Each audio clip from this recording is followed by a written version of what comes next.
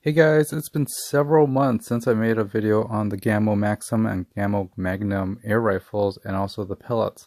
The last time I did a video was the pellet weighting stuff for the Gamo pellets as well as the Crossman pellets. So it was pretty fun, and this time we'll go ahead and do the pellet speed test, or the muzzle frames feet per second testing. So I got myself a ProChrono Pal, which is pretty cool. Now I also got an indoor lighting accessory. I was trying to play with this for the past month. I couldn't get anything of this to work, and apparently I just didn't have enough light. It needs to be full sunlight with the regular what it came with, but with these indoor accessory lights, it actually is able. You could use it, basically indoors, which is pretty cool.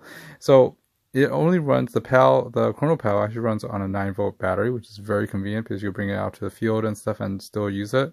Most of the time I shoot pretty late or on the weekends or something like that, but it's pretty interesting that if you have a 120-volt adapter, you can actually power up those lights.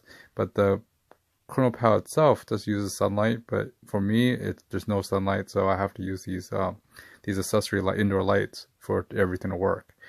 Took me about a month to get it and stuff, but oh well. So I've been shooting, and I did some sound tests as well. So most of the 22 caliber pellets, you could hear it for about 58. This is really not that scientific. It was from 54 to 63 decibels off my cell phone. So that's pretty cool in terms of it doesn't really, the neighbors won't really complain when I shoot this in the back, my backyard or back alley. But if you're using the PBA ammo that goes supersonic or subsonic or non-subsonic, I guess, these things are loud. It surpasses 1,000 feet per second, and it just rings throughout the time. You could hear it.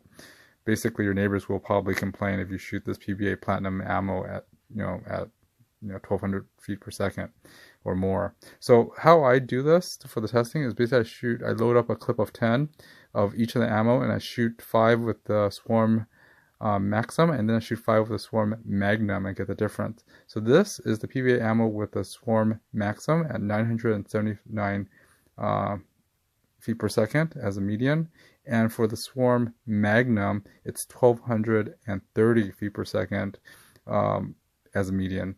Super loud and stuff. I'm going to devote some more time to this one, the TS22 long distance pellet from Gamo, because this was, I load up 10 and it worked fine in my Gamo Swarm Maxxim.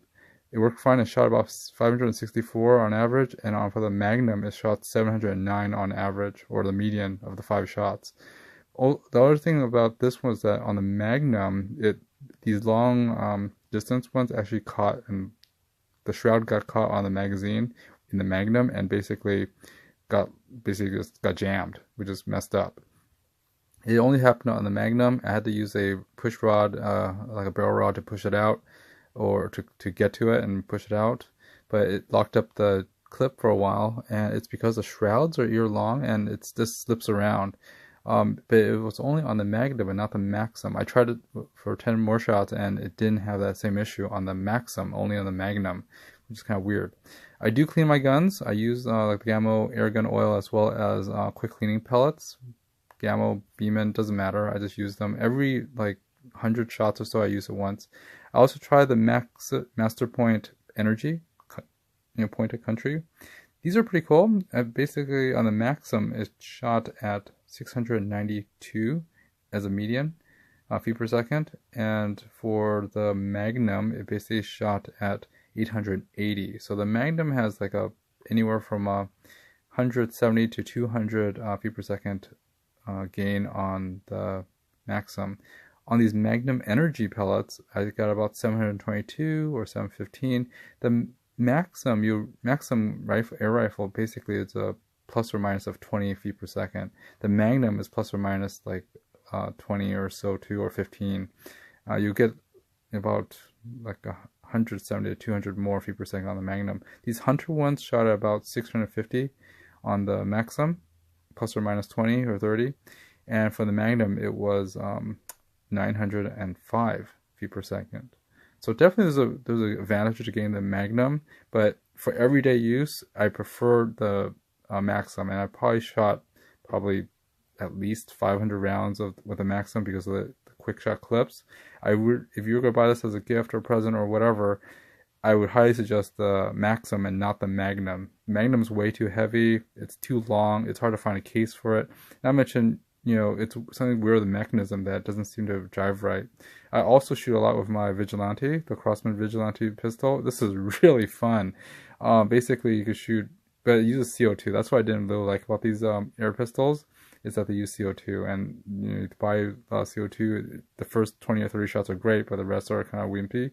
So I prefer not shooting this too much because it does cost a lot to shoot versus an air rifle. You just pump once and you can shoot, you know, 22 caliber and you just keep all the same ones. But I do like the convenience and the reliability of like this Crossman Vigilante. I have 2 of these actually, and I love them. I put them on the chrono too. They're roughly around 479 feet per second using BBs, and I think about 300 or 400 feet per second using pellets.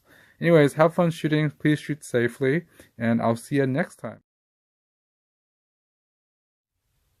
Hey guys, just a quick reminder, you know, that air guns aren't toys, and adult supervision is required, and it's meant for adult use. Please don't misuse or carelessly use an air gun, or it'll cause serious injury. This is, you know, pretty common sense. But just in case, please abide by all the laws in your local area about, you know, air gun use.